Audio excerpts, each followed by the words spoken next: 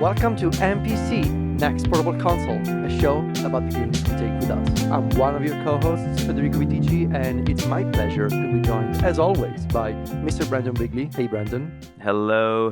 Welcome back. It's good to be back. And hello, John Voorhees. Hey, John. Hey, Federico. How you doing?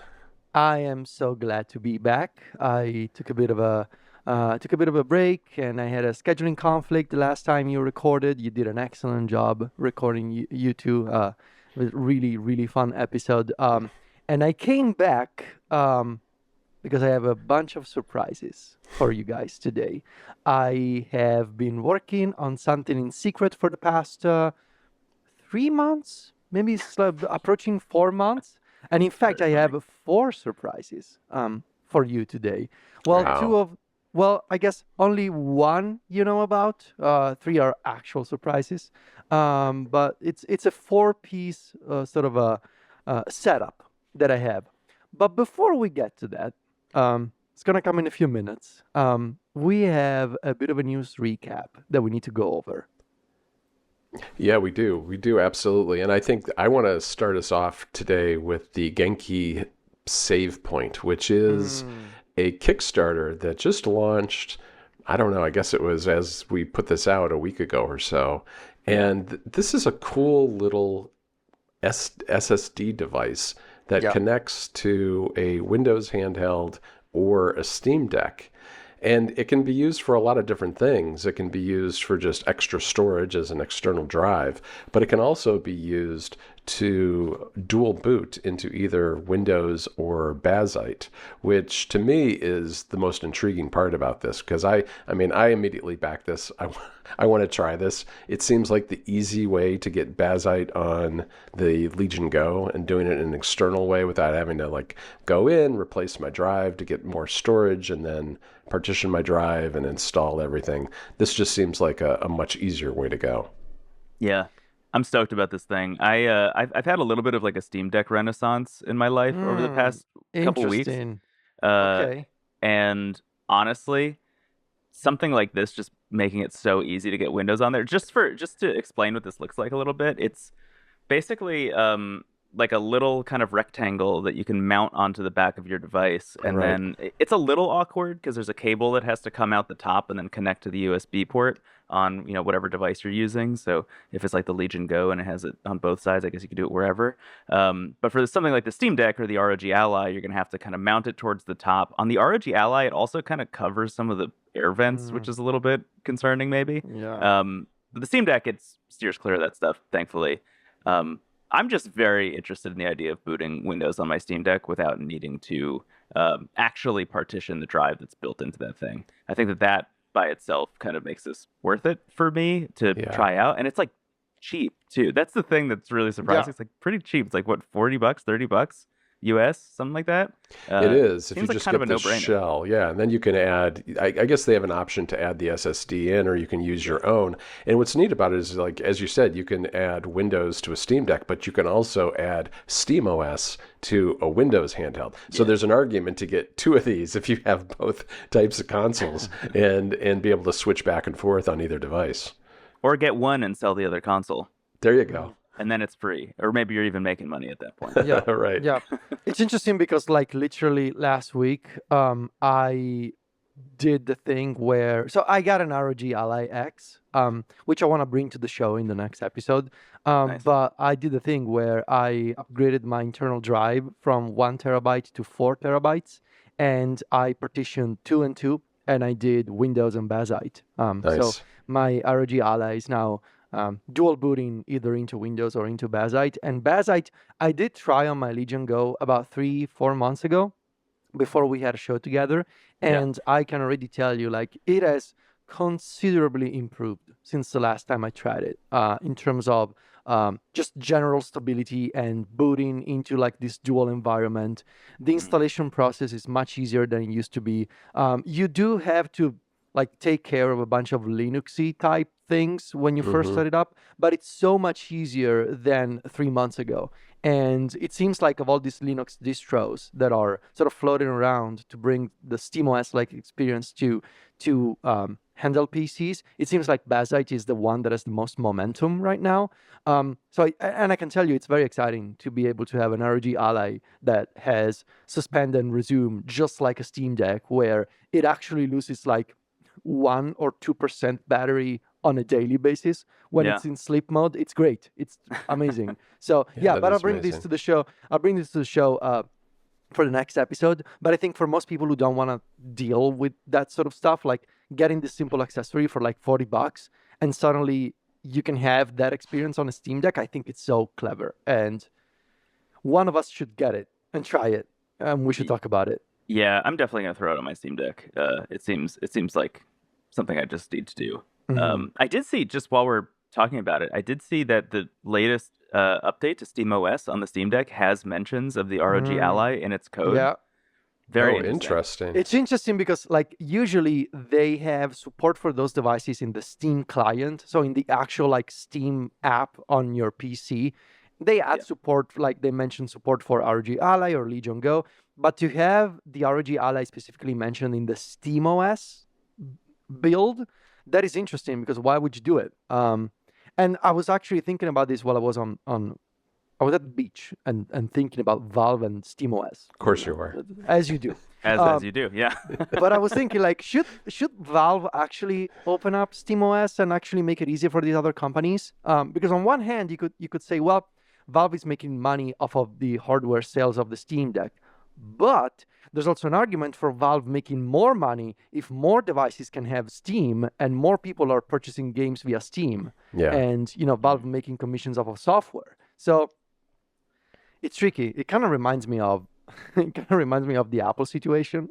Should Apple make it easier for, should they make the money off of the hardware sales or commissions from a service? And I think Valve is soon gonna end up in a similar scenario. Interesting. Yeah. I think what we're seeing with Apple is that the answer is that they need both, right? They're symbiotic in a lot of ways. It does raise some questions though about Steam, just considering they're so dominant in the gaming landscape as far as their storefront is concerned, that like I think just making it more available to more people is probably the move for them.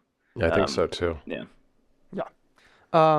Speaking of stores, what's the deal with the Xbox mobile store? What's happening there? And also, I think I completely forgot that Microsoft was gonna do an Xbox mobile store. Yeah, I had forgotten that too. From what the reporting is, it looks like they are beta testing it right now, but it was supposed to launch in July. Obviously, it's August; it's not out yet, but they seem to be working on it still, according to this story we saw on The Verge. Yeah, the thing that's worth considering about where Xbox's and just Microsoft's gaming kind of landscape is at the moment is that their acquisition of Blizzard, I think Activision Blizzard is the way a lot of people refer to it, but it's Activision Blizzard King is the name of the company. And King makes things like Candy Crush, which basically is the reason that Xbox is turning a profit as a business unit for Microsoft right now. Like it is really just squarely on the fact that like King is doing very well. On the Activision side, obviously Call of Duty is doing very well. So them building out a mobile store that has Candy Crush and Call of Duty Mobile built into it does make a lot of sense in a lot of ways. I think it's just a question of how they're going to get that to work with Apple and with Google, and are they all going to play nice together suddenly? It's interesting that they're even testing it this early, and that they seemed confident at one point that it would launch in July. But I'm interested to see what it looks like when it finally happens, and also how enticing it is to people. Like I know that there are obviously, considering the money, some real Candy Crush diehards out there. What are they getting in the Xbox mobile store version of Candy Crush that's going to make it worth it for them to not just use the one that's on the App Store? Why download a whole other app to get Candy Crush again and hypothetically maybe even like start their progress from the beginning? I don't know. There are a lot of weird questions about how you entice people to do that. Like something like Alt Store makes a lot of sense, right? Alt Store is like, oh, you're getting apps that you can't get elsewhere. Right. Download Alt Store. Yeah. Something like this seems a little bit more nebulous and a little more like a big corporation just assuming that if they release something, it will work. And I don't know how you change user habits that have been ingrained in people since 2008 or whatever. So do we think that Have they said that the goal is to have like mobile games for sale in this store, or could it be something like, well, you can stream something like a PC or Xbox games? Are these gonna be mobile only games? I think the streaming is what works with the current App Store guidelines. I mean, that's now allowed worldwide. Having a separate store still isn't allowed unless you're in the EU. So I would suspect it's maybe more like streaming, but who knows? I agree. It's just kind of a confused mess. There's not a lot of information out there right now about what the intentions are. What Sarah Bond from Xbox has said publicly is that they're focusing on Call of Duty and Candy Crush to begin Interesting. with, Okay. and that they'll be extending it to partners in the future. Who knows what any of that means? And also, it doesn't seem to include streaming, which seems like the obvious slam dunk thing to. So be maybe releasing. it is a mobile store. Like it is actually a mobile store with. That seems to be what they're doing. Yeah. Okay. I kind of wonder if maybe they want to do what Netflix is doing, where Right. like you have a central. Obviously, Netflix has the Netflix app where you go watch your TV shows and movies, and also you see the games, and you tap on a game, and then you're taken to the App Store. Maybe they could do something like that, where you download the Xbox app and you see a quote unquote mobile store, but when you tap on those games, you're taken to the Apple App Store. I don't know. Maybe there's something there. It's so unclear. That could be it. I'll tell you what's clear: a laptop with perfume inside of it. I love this thing. Okay, so this is the world's first laptop with built-in fragrance. The Asus ADLebook 14, and I'm gonna read you just a tiny quote from this article. One of the unique features of this system is a custom fragrance dispenser located in the lid, containing an infused fragrance sheet. The CNC cut cover is magnetically attached, making it easier for users to replace. Although the fragrance sheet size suggests it won't last long, the package includes 3 different fragrances to change. So, do you want your computer to smell nice? Now you can. You can get the Asus ADLebook 14 that has a little sheet of perfume inside of it. And, See, I would have thought, Federico, that you would just take this fragrance sheet and put it right on the heatsink, because you've already got fans, you've already got things that get really hot in this laptop. Why not, And look, actually, the specs on this computer, like, are not even pretty decent. Like, it's a they're not bad. Yeah, it's a good 14-inch OLED display, refresh rate up to 240 hertz. It's got one of the Ryzen, what is it, the 8945H Ryzen processor. Like, it's a pretty good computer. And also, it has perfume inside, and it's sort of rechargeable. I have no idea why Asus is making this thing. It's some kind of partnership with this fragrance manufacturer. I have no idea why it exists, but I saw the headline and it needed to be mentioned on the show. The price isn't bad either now that I'm looking at it. It's under $1,000. It's a pretty good computer. A terabyte of storage, 32 gigs of RAM. That's not a bad computer. That's like a pretty good computer. Nice display too. When I saw this in our notes, my first assumption before I clicked on it and saw what it actually was, when I was at PAX, the Penny Arcade Expo, which is a convention that happens around the U.S. I think there's one outside of the U.S. now, but anyway, around the U.S. there's one called PAX East in Boston, and I went earlier this year and met up with a company who is working on a little USB-powered device that will just like shoot smells out based on what's happening in games that you're playing. So it's like creating smell-o-vision. And they were like, what I loved about it specifically was that it was really trying to be like hardcore and like cool. Sure. And really for people who are playing like Call of Duty and Valorant and Counter-Strike and stuff, because they were like, we have perfected the smell of a grenade. And I'm like, I don't know if I need that. Nice. Now you can smell blood when you play Call of Duty. Exactly. You're right. It's like there's I forget the name of the company. I think it's called OVO. There's another company that's making a full body suit that you can wear while playing Assassin's Creed that will like Oh my God. make it feel like you're being stabbed when you die. That's Oh, nice. I no. remember reading Oh, about no, that. No, Yeah. no, absolutely not. And Absolutely I not. thought that that's what this realm of device was going to be when I clicked on the notes, and I was so thrilled to see that it was just literally like a fragrance sheet that you would throw in the dryer, but Yeah.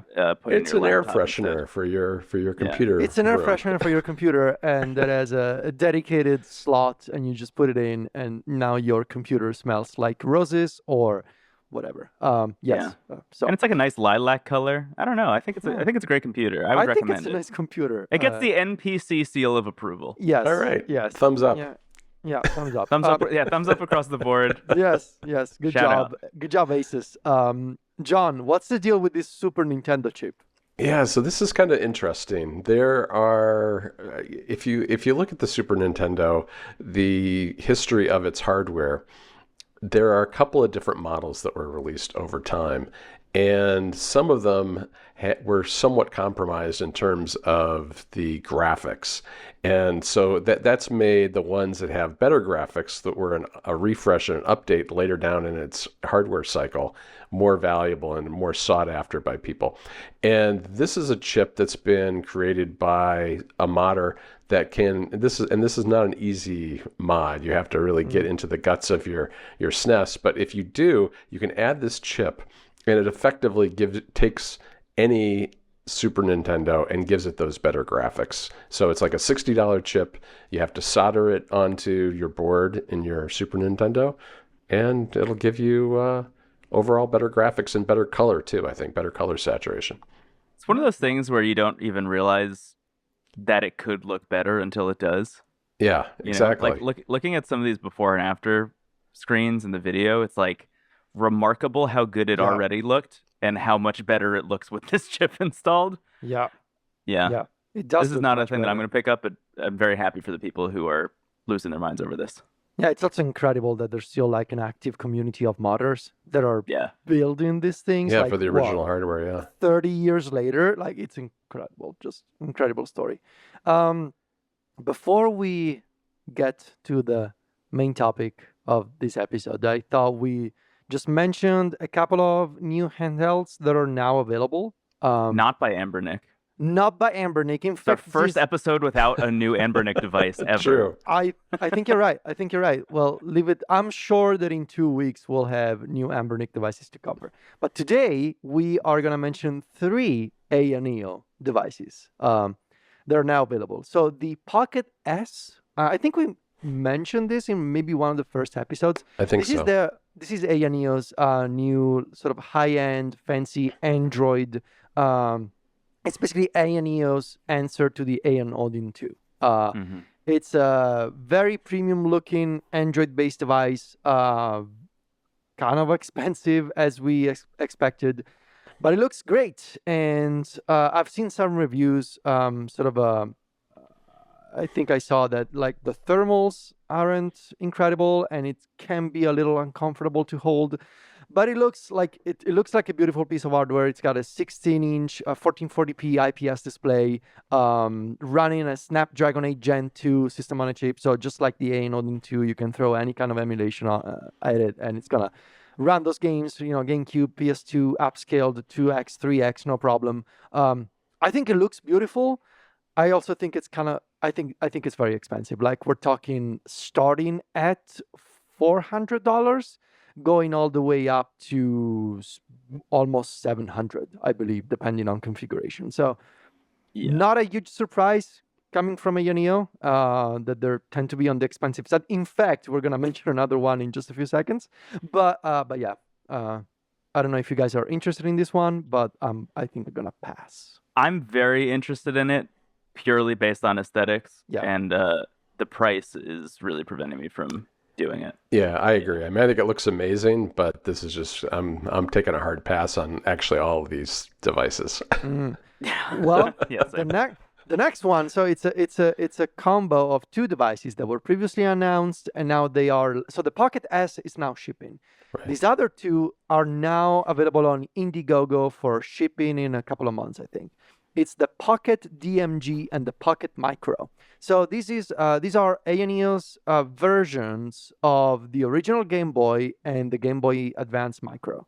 The Pocket DMG is a weird beast in that it looks like a Game Boy. It's a vertical handheld, but it's got what is it, like a 4-inch OLED display, if I'm not mistaken, something like that. Yeah, I believe that's correct. And it Yes. has an analog stick in the bottom left corner, and I don't know. It's a Also very a touchpad and also next a to the touchpad. analog stick. Yeah, Next I to don't the- like the design of this one at all, personally. Just looking at there's one of the promo shots on Indiegogo showing like two hands holding the device. Just looking at that picture makes my hands uncomfortable. Yeah. Just like that. It's almost Yeah. like a claw grip to hold and use Yeah, it. It's exactly. deeply weird. Yeah, it's a deeply weird device. This is one that I'm really excited to see reviewers talk about and never consider buying. Like this Exactly. is Exactly. it'll be really great to live vicariously through other people who are being sent this thing. But it just, especially at the price at what is Yeah. it, 400 or For, sorry, 340. 340 early bird pricing going all the way Yeah. up to 450 later. So When you're more expensive than the Analog Pocket, you know something has gone wrong yes, along the line. yeah, yeah, and you guys were just talking, in the last episode about the analog pocket in aluminum at $500. So yeah, this is approaching that territory. Like it's a Game Boy, and it's gonna cost you almost $500. There's, I mean, I'm curious to see what market there is out there for this type of device. I think Yeah, maybe analog, it comes out and people love it, you know? Maybe. Yeah, well, analog will probably tell you that it's a pretty small market based on what the sales have been like for the aluminum one so far. It's true. I will say with this product photography, though, it does look a lot like a futuristic, like a retro future gaming device. Yes. It fits right into the world of Sunny, that new Yeah. Apple TV show with Yep. Rashida Jones. Like, I feel like I could see people in that universe playing with this thing. Yeah, it does look like what if back in the 80s they had like the technological advancements that we have today. It kind of has the same vibe of the accessories, like of the tech products that you sometimes see in the Apple TV show For All Mankind. Mhm. Yes. It sort of has that vibe of like, yeah, it looks old, but also it's modern. So, but yeah, it's kind of expensive. And they also have on Indiegogo available now the Pocket Micro. So this is less expensive. This is like $200 early bird pricing. But I don't know. I have never been a Game Boy Advance Micro person myself. Like it just my hands are giant compared to the micro form factor. And I remember getting one when I was like 15 or 16 and playing for like 20 minutes and realizing I'm gonna die. My hands are gonna fall off my arms because it's so uncomfortable. It's way too small for me. But I know that plenty of people love it. So, and it's very Well, pocketable. and they've crammed analog sticks in here, and it's pretty thick too. It's got a big battery, which is both good and bad, I think, potentially. Yeah, it's weird because they're comparing it to the Micro, but it is significantly bigger than the Micro was. Yes. It's closer to the size of like the original Game Boy Advance than the Micro. but it's which is shorter. weird. But like it's not Yeah, as tall. it- Yeah. Right. Yeah. It's not as tall. That's true. I like the look of this thing. I just think it's bigger than I want it to be, and I'm really confused about how powerful it is. Because it seems like it runs Android, which is interesting, and has like at least based on the promotional images, it's powerful enough to run Genshin Impact on it. So you could probably emulate some stuff on there. Maybe like Right. just pulling this out of thin air, but like maybe like really low end GameCube stuff, maybe even downscaled. But at $200, you're then competing with, the Retroid Pocket 4, which at that point you should probably get the Retroid Pocket 4. Yeah. Yeah.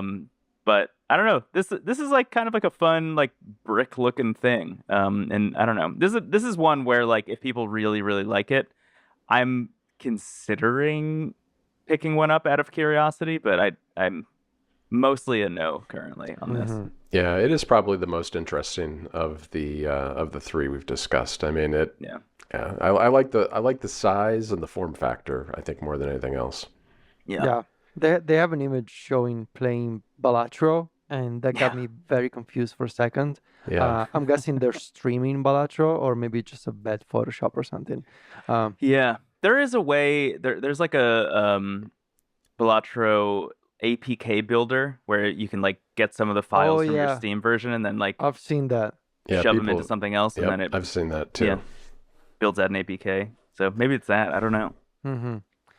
Well, do we have anything else to cover in terms of news recap? I Is there have anything else? just one small thing, Federico, that I want Okay. to mention, which is, you know, this show has been my main excuse to purchase a lot of handhelds. But I found another excuse, and that is Tropical Storm Debbie. I'm sitting here as we record in a huge rainstorm that's going on for 24 hours. I have charged every retro handheld up to 100%, and if the power goes out, I am all set. I will just go from device to device to device with all my batteries and all my handhelds playing games until the power comes back on. So I just wanted to share with you guys that you have an excuse. If you see a big storm coming to New York or Rome, you know, charge everything up and have an excuse to buy another handheld.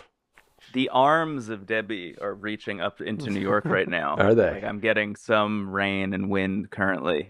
So See, there you maybe go. I'll You're start all charging set. everything up. I'll take them all off the shelf behind me and start plugging them in. So, John, And keep a close eye on them. Also, right, obviously, you don't want them flying off into the storm, of I want course. It's starting this to to fire happen on to top of you. I on was top just of the gonna storm. pick up. So, John, you charged everything, like you're ready to go, like Nintendo Oh yeah, I Switch, literally did. I everything- plugged every everything. single device in last Oh my night, got it God. up to 100%, and I'm my not joking. God. I'm ready to go. Oh my God. Well, thank you for the update, John, and Sure. wish you the best of luck. Obviously, be safe, and Thank you. obviously play games if the power goes out. Yeah, so far so good though. I still have power because we're recording. Nice, perfect. Okay, so I want to take you guys on a bit of a journey for the I'm very next excited. 30 to 40 minutes. And it's a bit of a story that started many, many months ago. And as with many things lately, I like to say that it's Brandon's fault. Oh, okay. It's good yeah, that it's not so- my fault for once. It started. No, it's not your fault this time, John. It's more Brendon. So it started Okay. months ago when Brendon and Steven on Into the Aether mentioned that their season premiere for the new season of Into the Aether was going to be about the GameCube. Mm. And that got me thinking, because the GameCube is for me my favorite console of all time. And as this is something that I realized growing up, it's the console that I have, the fondest memories of. It's the console with the games that really shaped my taste. I was playing with the GameCube. I was 13, 14. So like really my formative years in high school. I have my best memories of playing Super Smash or Mario Kart Double Dash with my friends, finishing the first Luigi's Mansion with my friends, watching in front of my CRT TV in my parents' bedroom. Like all of my memories from those times are something that I really cherish and bring with me to this day. And when you guys mentioned we're going to talk about the GameCube, I thought, well, that's maybe a good time for me to really revisit the GameCube library, which is something that I haven't done in many, many years. I played and finished Wind Waker on Dolphin emulator many years ago, like 6 or 7 years ago, and that was it. But I never really intentionally revisited the GameCube library. And so I started thinking about this, and I kind of wanted it to happen around the same time as the Into the Aether episode in the summer, because I felt like, well, maybe that's going to be fun, I can listen to the episode and I can have my experience playing those games again and having fresh thoughts about those games as I listen to Brendon and Steven talking about it. So obviously the first step was, well, I'm going to go to my mom's house and I'm going to gather my old GameCube collection, because my mom has been kind enough to keep boxes of all my stuff, my video game magazines, my old games, and my old consoles. I'm going to grab my GameCube games and I'm going to figure out how to digitize the entire collection so that I don't have to use an actual GameCube or an actual Nintendo Wii if I want to play those games. And so I got those games and I soon realized, well, the easiest way for me to take these games because I didn't want to download. I should say this: I didn't want to download those games off of the internet. The arrival of emulators on the iPhone this year really sort of cemented this idea inside of me. Like, I want to be able to rip my own games and play my own files. It's probably silly. Most people shouldn't have to do it, but it makes me feel good, and I really wanted to do it. So I soon realized that instead of modding a GameCube to rip those games, obviously those mini discs from the GameCube, you cannot put like in a regular like CD drive. I realized that the easiest way was to not use a GameCube, but to use a Nintendo Wii. Yes. So I went ahead, I found my old Wii, and through some research, it actually was pretty easy. I realized it is that really easy. It is really easy. It has to be a bunch first gen Wii though, too, doesn't it? I mean, I think that it is. Oh, you know, it is a first gen Wii. Man, I got it on day one in Italy in 2006. So I had the first gen one too. It is a first gen Wii. This is exactly what we did with some of our games. Yep. So I modded my Nintendo Wii, and you can do it so easily. Like, you just need to install like this special package, and then you need to open like your message board or something. And there's a little mail with a bomb symbol that like explodes and mods your Nintendo Wii. It's wild. And what's even wilder is that there's still an active community of people releasing homebrew software for the Nintendo Wii. And I want to give a shout out to the Wii Hacks subreddit, where there's still people to this day. Like, one of the wildest things I've seen is a Chat GPT client for the Nintendo Wii called, I think it's called Wii GPT or something. And you can actually... Oh, man, Chat GPT was right there. Yeah, exactly. Or maybe even Chat GPT with, I don't know, something like that they could have done. Yeah. But yeah, you can use Chat GPT on a Nintendo Wii. And so I got all the pieces together, modded my Nintendo Wii, and obviously I realized, well, how am I gonna, one of the initial struggles was, how am I gonna look at at the Nintendo Wii? In Europe, the Nintendo Wii and the GameCube used a connector called the SCART connector. I think that's a European standard. It was different in the US. And I don't have, like, SCART connectors haven't been seen on European televisions in 20 years. So I got on Amazon a Nintendo Wii to HDMI connector. And basically the way that I did this was I used my iPad Pro as a display for the Nintendo Wii. I used the HDMI converter, then I got an HDMI capture card, and I used the Orion app on my iPad Pro to basically act as a TV set for my Nintendo Wii. I used a homebrew piece of software called CleanRip on the Nintendo Wii. And CleanRip just lets you put in a Nintendo GameCube disc, and you give it a few minutes, and it creates an ISO file for you. So that's how, over the course of 2 to 3 weeks, I slowly but surely digitized about 30, 35 games. And in the process, I also filled some gaps in my collection. I took it as an opportunity to do some digging on eBay, Amazon US, some private sellers in Italy, and I got some games that I was missing, like Paper Mario and the Thousand Year Door, Chibi Robo, Custom Robo, all the games that eventually Brandon and Steven would also mention on Into the Aether. I was able to acquire them. Nice. And digitize them. So Custom Robo's the big one. I'm glad you got that. Oh yeah, man. So after I had this collection of files, I sort of came to a fork in the road, so to speak. I started thinking, well, okay, I did the thing. I have the files. I have a folder in Dropbox with all my games, and these are my games. How do I want to play them? Do I want to emulate these games, or do I still want to use original hardware? On a modded Nintendo Wii, you can, for example, load GameCube games off of USB. There's a piece of software that allows you to play those GameCube games and still use like native memory cards. But obviously, emulation in 2024 has so many advantages, right? You have obviously better graphics via upscaling. So you can take a GameCube game and upscale it to 2x, 3x, 4x, install custom textures, install Right. graphical mods, install patches for things like widescreen, for example. Yeah. There's a game like Wind Waker, for example, that has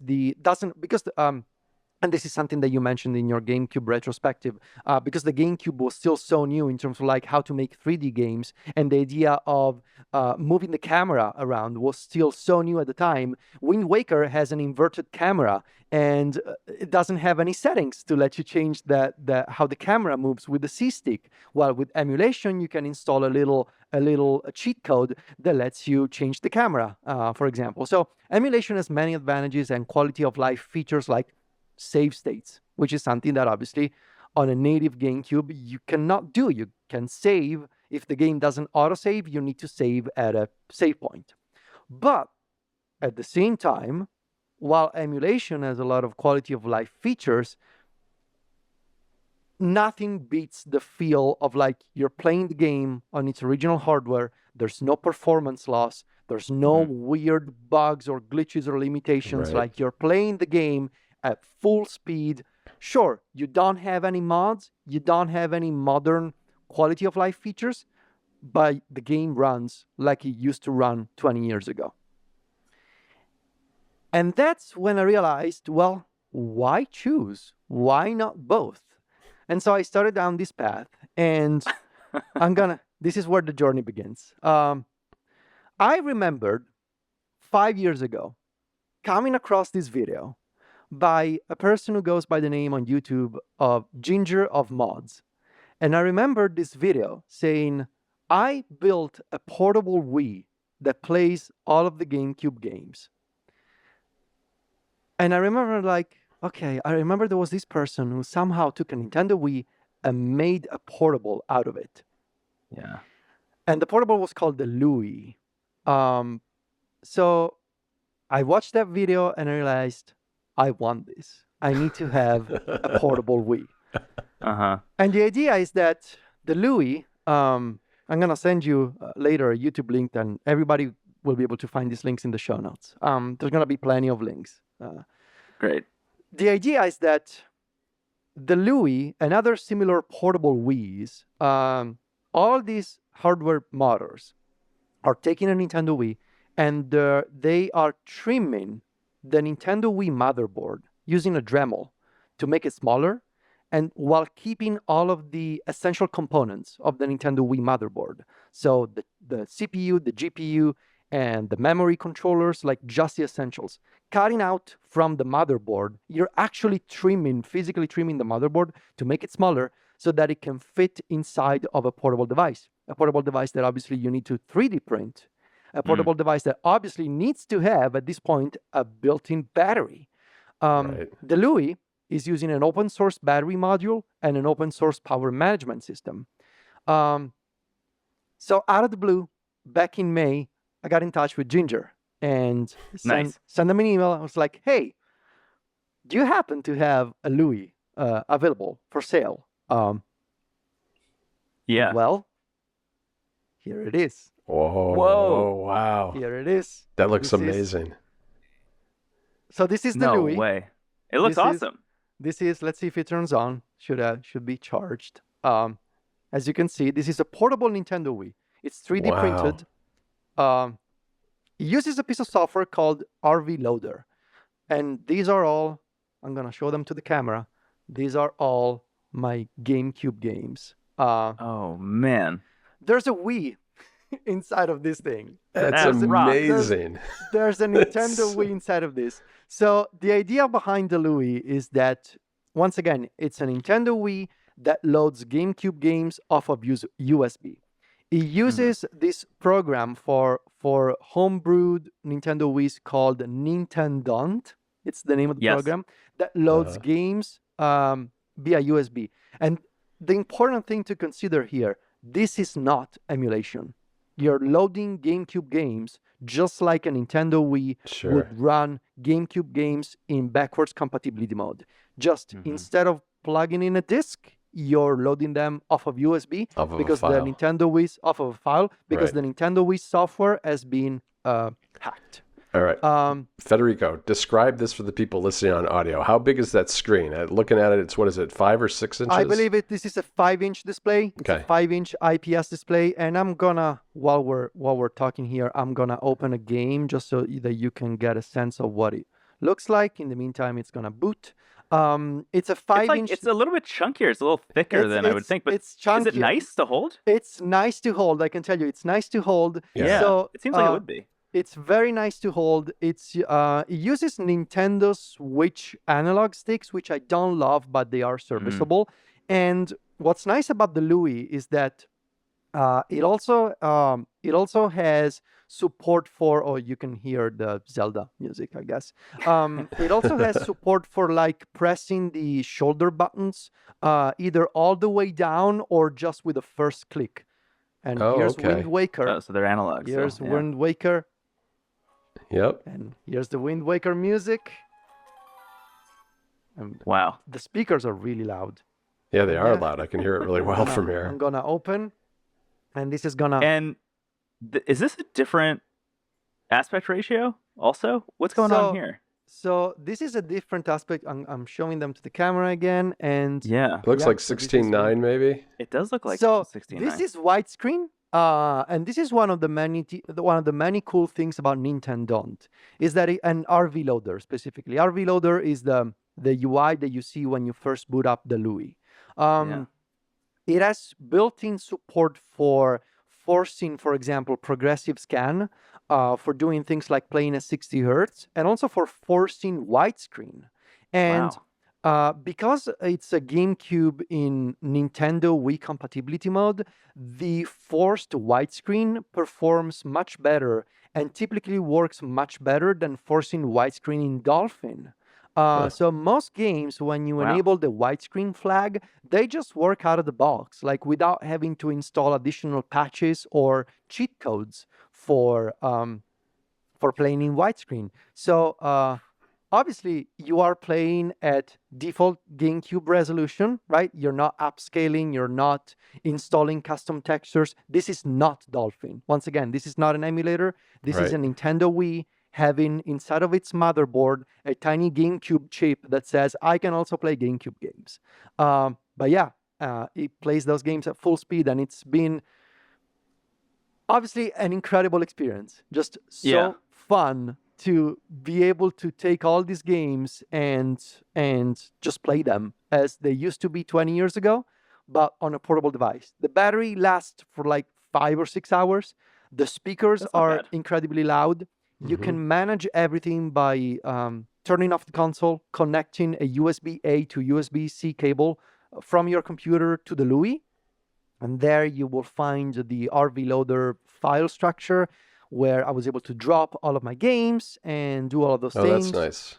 Yeah. And because it's a Nintendo Wii, I mean, obviously the focus of this journey has been the GameCube. But this also plays Nintendo Wii games. Sure. And how's it doing that? You may wonder, how is it doing that? Well, this console comes with another piece of software called GC2 Wiimote. Okay. What GC2 Wiimote does is it uses the movements of the C-Stick to emulate a Nintendo Wiimote motion controls. So you can play things that rely heavily on the Wiimote, like Super Mario Galaxy, for example, by using the C-Stick. So using an analog stick instead of moving the controller around, and you can play those Wii games on a portable. Wow. And it's great. I mean, you can install custom themes. You can install cheat codes if you want to. I found this incredible website that I think came out 20 years ago, because the website is called MarioKartWii.com. And this website, which is fan maintained, they have a page where you can paste a Dolphin cheat code, and it's gonna spit out a different version of the cheat code in GCT format that is compatible with RV Loader and Nintendo. So shout out to the people who are still maintaining this kind of fan websites, because like these are incredible tools, and without this community of open source projects on GitHub, all of these pieces of software, RV Loader, Nintendo, the GCT converter, like all of these things are open source and on GitHub. And so shout out to those people, for building these things. And For obviously, sure. this has been incredible. Now, this has been the physical part in terms of like, how do I want to play these games on original hardware? So I put a bit of a spin on it, and I realized, well, instead of using a GameCube or a Nintendo Wii, what if I could make the GameCube a portable device that I could talk about on NPC and surprise John and Brendon? But the story is not over, because there's more. Before we get to that, I want to talk about emulation, because at the same time, I also started thinking about, well, I'm going to have a device that is an actual hardware, but I also want to have a device for emulation. And I started, as you guys know, this is not a surprise, with the RG Cube. So Yeah. I started with this little thing that it finally arrived. It took I had to write to Ambernick to get the first unit got lost somewhere in the Italian post office system. They shipped a second one, and I gotta say, I'm in love with the RG Cube. So this is an Android-based device that has a square one-to-one display form factor. It's been running GameCube games at 2x resolution just fine, and it's so pocketable and portable and lightweight. And because it runs Android, it really simplified a lot of the management for things like downloading my games from Dropbox. I can just install Dropbox from the Google Play Store. Sure. And to be able to see these GameCube games, on a square display in such a tiny yet comfortable device has been a really pleasant experience. Obviously, if I wanted to move back and forth between playing these games on actual hardware, never mind the fact that it's a portable, but it's still actual hardware, and playing them in Dolphin, how could I go about it? Like in terms of, well, what if I want to play some Wind Waker on the Louis and then continue the same Wind Waker save file in Dolphin for Android on the RG Cube? Well, there's a way to do it. I'm so interested. Just for context, this is a question that I tried answering for myself while we were doing prep for that episode of Into the Aether, and just thought it was not even worth trying. Okay. Yeah, it's hard to do this on any system. It's one of the impediments to a lot of this stuff. Okay. I have used a lot of the software you have described on my modded Wii in my living room right now, and I'm so curious, like, what is the missing link? What is the keystone of this? Okay, so on a modded Wii, when you're playing a GameCube game, the memory card, the virtual memory card, is created in a RAW format. It's like the actual RAW extension, just like photography. It's called RAW, and it's a RAW memory card. It's a full-on replica of a Nintendo GameCube memory card. The missing piece is Dolphin, specifically Dolphin on a Mac or PC. On desktop, Dolphin has a little built-in tool called GameCube Memory Card Manager. When you open that, you can take the RAW file from a modded Wii, and you can say, take this memory card and export a CGI save that is compatible with Dolphin. Wow. And so you do that, you get a CGI file, and that's the save file that you can take and put inside of the Dolphin directory. When you want to go the other way around, you take the CGI file. So if I want to take progress from my RG Cube and put it back on the Louis, you take the CGI file, you open Dolphin's memory card manager, and you say, take this CGI file, inject it into a raw memory card, and export the raw memory card again. And you take that, you put it back inside of the modded Wii, and you can continue your progress from Dolphin. So I was able to figure, like, it took me a lot of research to figure this out, but I basically now have this system where I can have I can play GameCube games. I can choose.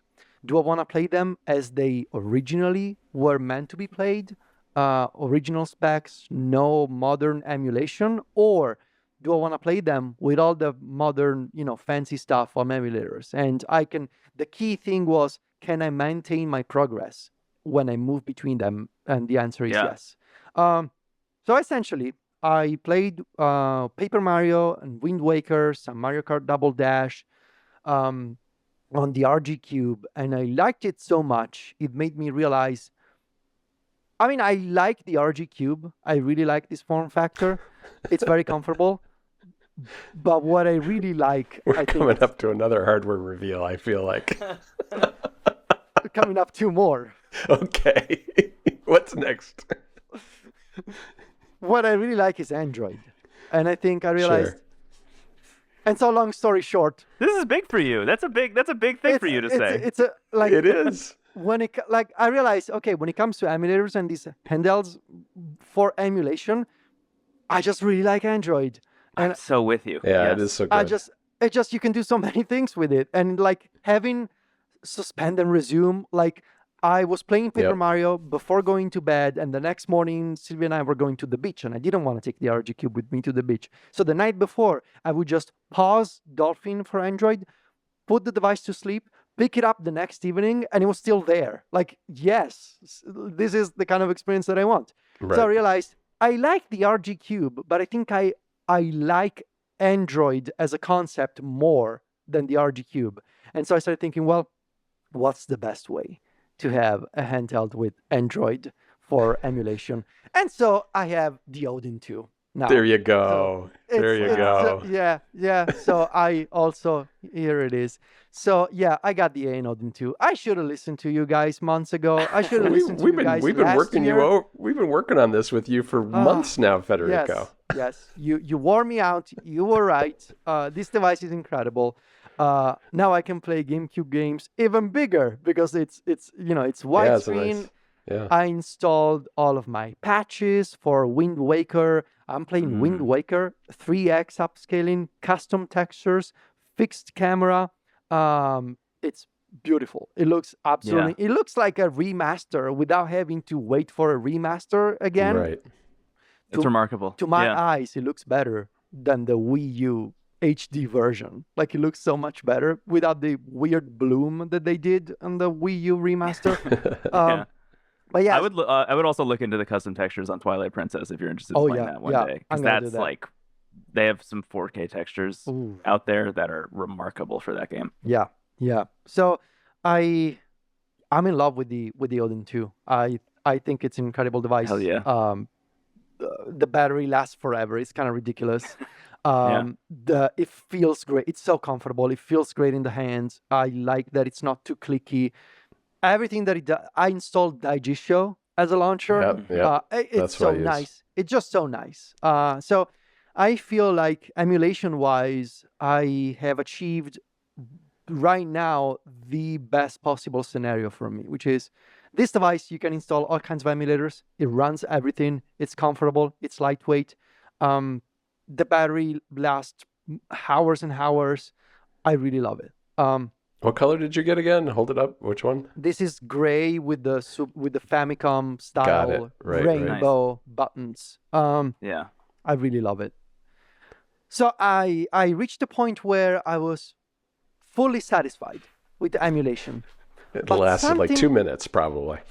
But something kept nagging me Of course. about the Louis specifically. Mm. I love the Louis, but I thought, You were sad that John and I didn't have one, so you got us each one also. Thank you, Federico. That's so nice of you, Federico. I was going to say something different. No, what kept bothering me was that it didn't feel like a GameCube. I was playing GameCube games. I knew there was a Wii inside, but it didn't feel like a GameCube, right?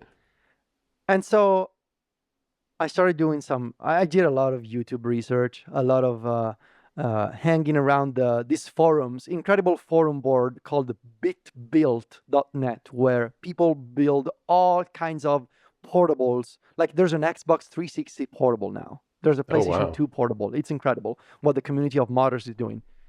And I came across this thing called an Ashida Wii.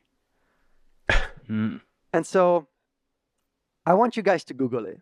I want you guys to Google ASHIDA Whoa, Ashida Wii. And so, Oh, wow. Hello. well, here it is. Oh, wow. This is So- Oh, that looks incredible. amazing. So I went back to my friend Ginger of Mods and I said, well, here's the thing. I love the Louis. There isn't any chance that you can build a custom Ashida Wii for me with the original GameCube color, original GameCube parts for the joysticks and the buttons. And also, is there any way you can put Wi-Fi and Bluetooth inside of it? And it was like, it's gonna take me a few months, but yeah, I think I can do it. And sure enough, Whoa. I'm gonna turn it on now. This That's is the Ashida incredible. Wii. This is. It looks like a GameCube. It feels like a GameCube. It's actually a Nintendo Wii inside, and it's using the same system as the Louis. And here it is, all my games once again, showing them to the Oh, camera. man. This is so much more. This is, and I'm not kidding. This has to be the most comfortable handheld I've ever used. I bet. It's basically the two halves of a Nintendo GameCube controller using original GameCube parts. All of the buttons, all of the sticks, all of the shoulder buttons are original GameCube. It's got two Z triggers, obviously, because you need to emulate Split it. Yeah. R1 and L1 for the Interesting. yeah. The GameCube only had one Z trigger. This one has two. But yeah, it's basically this is what I meant when like I wanted to play GameCube games on a portable device, but it also had to feel like a GameCube. I had to wait 2.5 months for this device to arrive. And what's even nicer about this is that this has Wi-Fi and Bluetooth. So if I want to boot into Nintendo Wii mode, where I can see the Nintendo Wii menu, I can pair multiple Wiimotes and I can pair multiple controllers. And technically, and here's Paper Mario. You can see I'm playing Paper Mario There he is. right here. The thing about this device is that I can use homebrew software with Wi-Fi. I can pair multiple Wii controllers over Bluetooth, and when I'm playing GameCube games, the controller feels exactly because it is just split in half. It is a GameCube controller. It's got USB-C. It's got better cooling than the Louis because it's a thermals are different inside. It's got a little dial for volume. It's incredible, and it just makes me so happy to play with this device. It's like one of those mock-ups from from when I was little, like those concepts. Like imagine if Nintendo made a portable GameCube. Right. It looks right. when you first look at it, it looks fake. And I'm gonna send you pictures after. It looks fake, and I can tell you it's not fake. There's a Nintendo Wii in here, and I absolutely love this thing. It has to be, I think, it is one of my all-time favorite handhelds, like next to the GBA probably. It's a dream come true for me to have an actual portable GameCube. Yeah. And yeah, I don't know if you guys have any questions now. This has been my journey for the past 3 months. That's amazing, Federico. It's amazing. How much does it weigh? Does it feel heavy at all to you? It is heavy, but the way it is designed, when you're holding the two halves of the controller, because the weight is in the middle, you Sure. don't really feel it. I think it's really well balanced. And it's once again, it's so comfortable. Yeah, like, the grips look holding it. amazing. I mean, that's a good, that looks like that would be really comfortable to hold. Yeah, and shout out obviously to Ginger of Mods for getting the right color. This is like really high quality 3D print, really high quality parts. The IPS display looks great. And obviously when you're playing something like Mario Sunshine or Luigi's Mansion, this is a real GameCube Yeah, real analog triggers. real Yeah. analog. So you can feel like the pressure sensitivity and all of that, and the Right. click at the end. Like this feels like playing GameCube in a way that no other emulator really can match. And so, yeah, the goal for me was to have this two-way system where I could enjoy all the benefits of emulation, and that's primarily thanks to the AYANEO Is. But also, what if I wanted, really high fidelity, really a really pristine and pure almost audiophile level Sure. experience Yeah. for GameCube. Well, that's the Ashida Wii, a portable GameCube that I custom built just for me. That also happens to be a Nintendo Wii with Bluetooth and Wi-Fi. Wow. What's the audio situation on the Oh, Yoshida Wii? yes.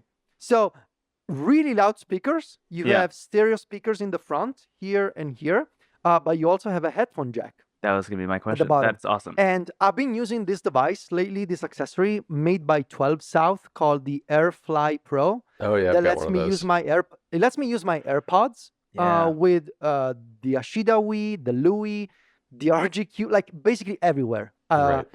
Now I'm just using my AirPods and I plug in the AirFly whenever I want, and it works great. Yeah, but otherwise the speakers are very loud. Yeah. Okay, my other question, what's the heat like? Like when you're holding it, because I imagine that fan, I saw there's like an exhaust fan on the back. There's a air intake in the back and exhaust at the top. At the top. Okay. The thermals, the cooling is much better on the Ashida than on the Louis. That makes Because sense. I feel like the Louis is a lot more compact. Yeah, it is. It's It's smaller. not as thick as the Ashida. The Louis can get warm. You can feel it when you leave your hands in the back here. You can feel the warmth here. Yeah. I think because of the extra space, the cooling and the thermals are like much better on the Ashida, and as a result, the fan doesn't get as loud. That said, when you're using RV Loader, you can go into settings and set custom thresholds for temperatures and fan curves. Oh, So interesting. if you wanna, I just left the defaults that Ginger of Mods enabled for me. But if you want to, you can change that. Wow. Yeah. This rocks. This is so cool. I love that you did this for yourself, and I'm curious where it leaves the Odin in your life going forward. Because I think if I had the Ashida Wii, I would probably be using that for all GameCube and Wii stuff for the most part. So I feel like we are, I'm gonna say 1 to 2 months away from some interesting Odin revelation on your end. Also, it's exciting. It's an exciting spot for you to be in. But I do feel like also with those two devices, you're kind of where I feel like I'm at as well, where it's like I now have the Odin Mini, which I'll talk about on a future episode. And I've been using the Anbernic 28XX, and like those two devices, I feel like that's all I need for the time being. I feel at Yeah. equilibrium for the first time Yeah. in a long time, really. Yeah, that's kind of the what I've been searching for too, is that kind of right balance between these things. And what I think is really amazing about the Odin is that it gives you the flexibility to find that other device that kind of balances out for you, and then Yeah. fill in whatever gaps remain with the Odin. And that's kind of what I've been doing. And Yeah. I've got some new stuff coming for in a future episode too to talk about. Nice. So Nice. we're all kind Yeah. of getting. I think we're all heading in similar places. It'll be interesting to see which devices we all kind of land on ultimately. We're with each these going to buy things. one of the AYANEO devices. Oh no. Oh, We have to no. draw straws to see who has to get the DMG. Yeah. But I feel like also part of the reason why I got the Odin was that I really didn't like the RG Cube for Nintendo DS emulation. I Oh, wanted interesting. to play Somabringer, which I received and I applied the patch, but Yeah. the two screens on the RG Cube, really hard to see one of them, because if you're making Interesting. one of them smaller, it becomes really hard to see. So I think Yeah. honestly where I will end up will be where I play most of my Nintendo GameCube games and Wii games on the Ashida. Mm. Some of them that I wanna enjoy with like sleep and resume or like textures, like the Zeldas. Basically, the Zelda games I will play on the Odin. Yeah. Everything else on the Ashida. Mostly use the Odin for DS emulation and PS1 emulation. Like, because otherwise, like, there's really 2 or 3 games that I want to play on Dolphin for Android. That's Wind Waker, Twilight Princess, possibly Mario Sunshine. But even then, Mario Sunshine, it really feels good with the real analog of the Ashida. So yeah, I think it's gonna be just the Zelda games that I will play on the Odin, and mostly Interesting. the Odin is gonna be about the DS, because with Drastic or what's the other one, Melon DS, on Yeah. the Odin, you can put them side by side Yep. instead of one on top of the other. And that I think is much more comfortable than doing, the tiny virtual screen on the RG Cube. Yeah, that rocks. That's really great. I'm curious if you're gonna dip into Switch at all, because I know you've kind of messed around with that a little bit. Yeah, I Switch do. on the Odin's pretty good. Yeah, it is. Yeah. Yeah. I'll Maybe think maybe about we it. talk about that in Discord. We bring that to a future episode, because I've been experimenting with that a little bit on the Mini as well. Yeah, I'd like to hear and more about that. It's been interesting. Yeah. So that's the big reveal. Amazing. I love this for you. That's great. It was a journey, but yeah, and I'll send you guys photos. What a of it. summer. It was- What a summer. When did it you was start? so- When did this so- all start? Like in May or So, something? by the way, this started in late April to early May. Okay. Our friend Mike Hurley saw and used Oh, the that's Louis what he saw. in person. Yes, in Oh, London funny. when I went to the iPad Pro event in London, and I have a video of surprising Mike with the Louis. It was like for 30 seconds he like looked at it and was like, What I is have this? no idea what it is. I'm Yeah. like, what am I looking at? I have no idea. I was like, it's a Nintendo Wii. I was like, shut up. It's how? That rocks.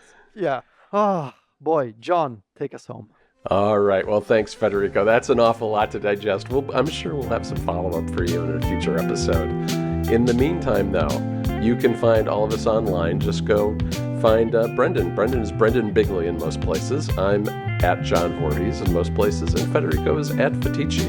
You can also find Brendon at wavelengths.online, his blog, and on Into the Aether, his other podcast.